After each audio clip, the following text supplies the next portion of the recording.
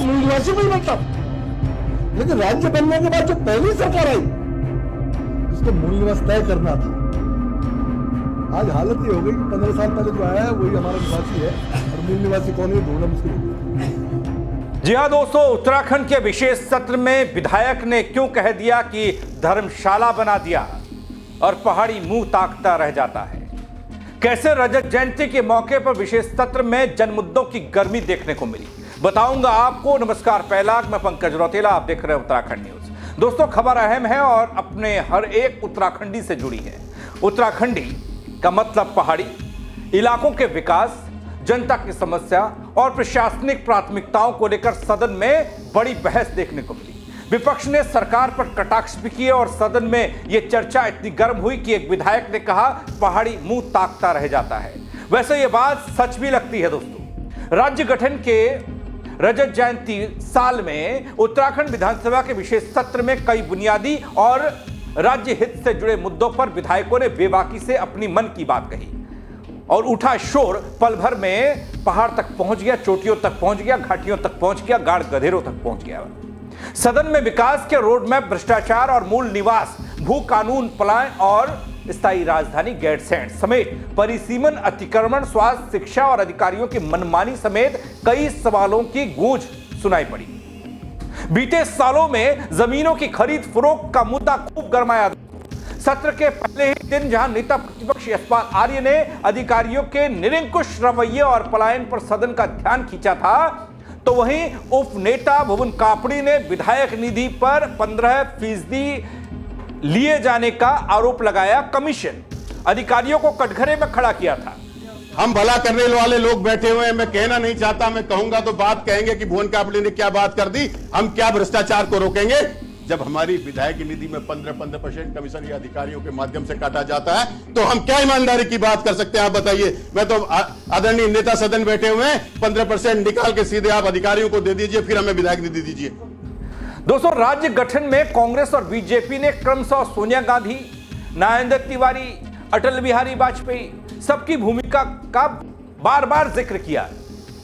सदन में कई बार तीखी नोकझोंक देखने को मिली, कई बार हंसी ठिठोली भी।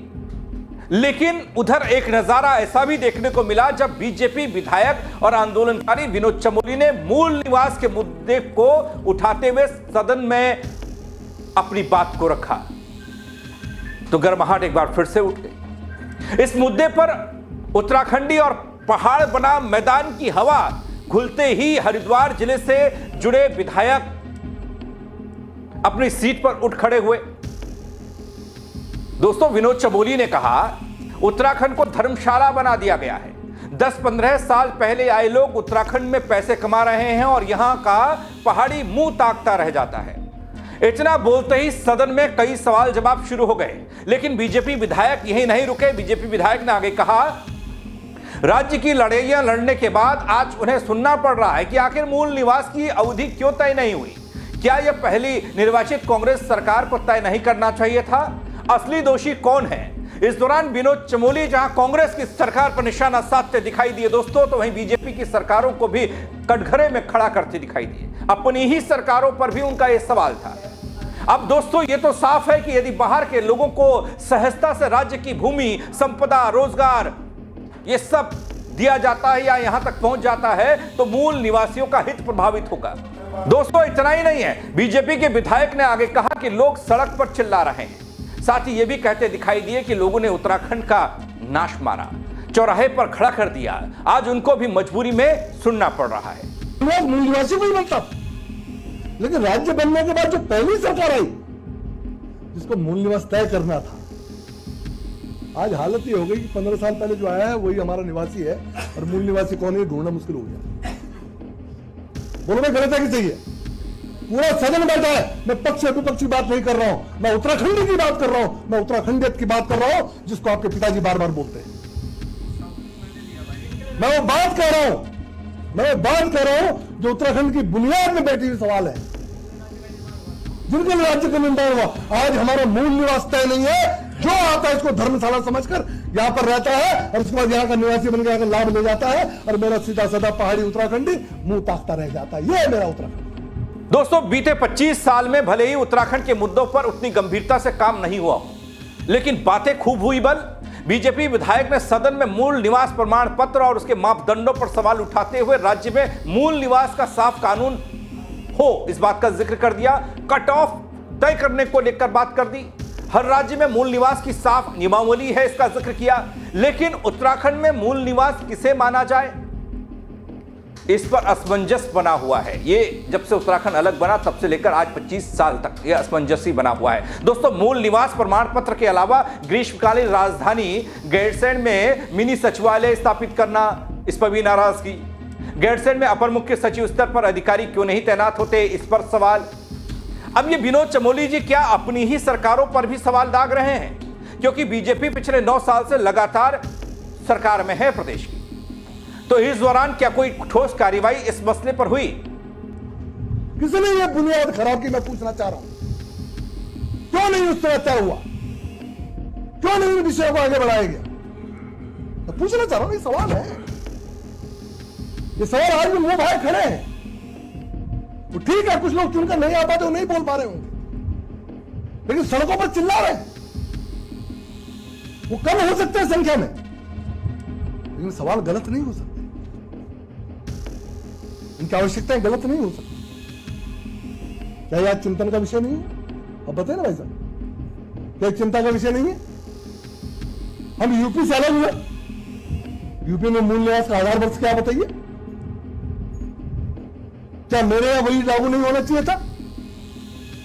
बताइए साहब, अब भी माननीय मंत्री जी रहे हैं। क्या ये सवाल नहीं है जिन पर हम चर्चा करें?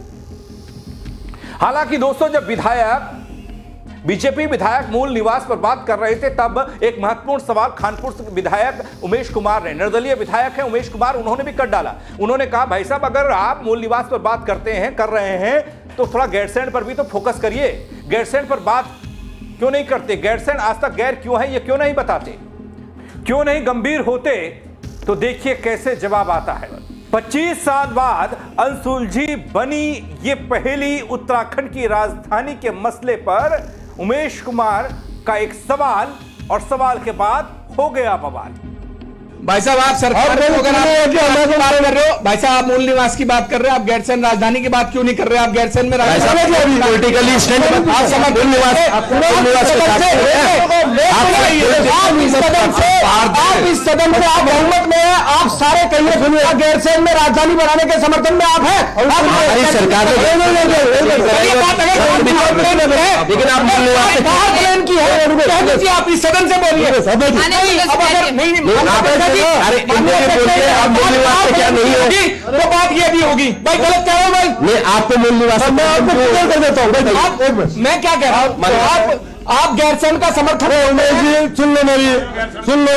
उत्तराखंड का चौधरी बाद में बनना भैया। भाई साहब, हम चौधरी नहीं है, आप गलत भाषा का इस्तेमाल नहीं करें। कोई नहीं है सदन में, सदन में कोई चौधरी नहीं है। सदन के सदस्य उतना कद हमारा है। दोस्तों, इस पर खूब हंगामा हुआ, जहां मूल निवास पर विनोद चमोली जोर जोर से चिल्लाते, बात रखते दिखाई दिए, सवाल करते दिखाई दिए, गैरसैंण वाले मामले पर बोलते दिखाई दिए। उत्तराखंड के चौधरी बाद में बनना, मूल निवास पर खूब बोला, लेकिन जब राजधानी की बात आई, गैरसैंण की बात आई, तो कह दिया उत्तराखंड के चौधरी बाद में बनना। सुन लो, उत्तराखंड का चौधरी बाद में बनना भैया। भाई साहब, हम चौधरी नहीं है, आप गलत भाषा का इस्तेमाल नहीं करें। कोई नहीं है सदन में, सदन में कोई चौधरी नहीं है। सदन के सदस्य उतना कद हमारा है। हरिद्वार की बात। दोस्तों, वैसे राज्य गठन के बाद उत्तराखंड में मूल निवास, स्थायी निवास का ये सवाल सालों से गहराया हुआ है, गरमाया हुआ है, किसे राज्य का मूल निवासी माना जाएगा। भूमि खरीद पर बाहर वालों की सक्रियता, रोजगार में प्राथमिकता, ये सब मुद्दे लगातार उठते रहे हैं। क्या है मूल निवास का मुद्दा, ये भी थोड़ा समझ लीजिए जल्दी से। मूल निवास का मतलब कि राज्य निर्माण के समय, उससे पहले उस राज्य के भू क्षेत्र में किसे रहने का अधिकार था, किसे उस राज्य का मूल निवासी माना जाए। दोस्तों, अपने उत्तराखंड में यह सवाल इसलिए बहुत ज्यादा जटिल हुआ क्योंकि राज्य बनने से पहले बाहर से लोगों का प्रवाह, भूमि खरीद और व्यवसाय गतिविधियों का विस्तार हुआ था। लोगों का दावा रहा कि उन्हें भी मूल निवासी माना जाए जो बाहर से लोग आए राज्य बनने के बाद। दोस्तों, हाईकोर्ट ने 2012 में कहा कि 9 नवंबर 2000 यानी कि राज्य गठन के दिन जो व्यक्ति राज्य की सीमा में था उसे मूल निवास माना जाए। यह कट ऑफ डेट सरकार द्वारा बनाई गई थी। इसलिए इस मुद्दे पर दोस्तों 3 बातें जुड़ी हुई हैं, उन्हें देख लीजिए। कानून और नियमावली, भूमि खरीद और भू उपयोग नीति, रोजगार व संसाधन प्राथमिकता। दोस्तों भूमि खरीद, भू उपयोग और उद्योग और पर्यटन विकास, इसके साथ ही मूल निवासी सुरक्षा के बीच संतुलन बनाना चुनौतीपूर्ण रहने वाला है। यदि इस विषय को समय पर रहते हल नहीं किया गया तो सामाजिक असंतोष बढ़ सकता है, आंदोलन और राजनीतिक गहमागहमी भी फिर से देखने को मिल सकती है। लेकिन मूल निवास को लेकर होते इस हंगामे के बीच आप क्या सोचते हैं, आप कमेंट के जरिए जरूर बताइएगा। दोस्तों मेरे साथ जुड़ने के लिए आप सबका बहुत शुक्रिया। जय उत्तराखंड। मैं मूल निवासी कोई बनता, लेकिन राज्य बनने के बाद जो पहली सरकार आई जिसको मूल निवास तय करना था, आज हालत ये हो गई कि 15 साल पहले जो आया है वही हमारा निवासी है और मूल निवासी कौन है ढूंढना मुश्किल हो गया।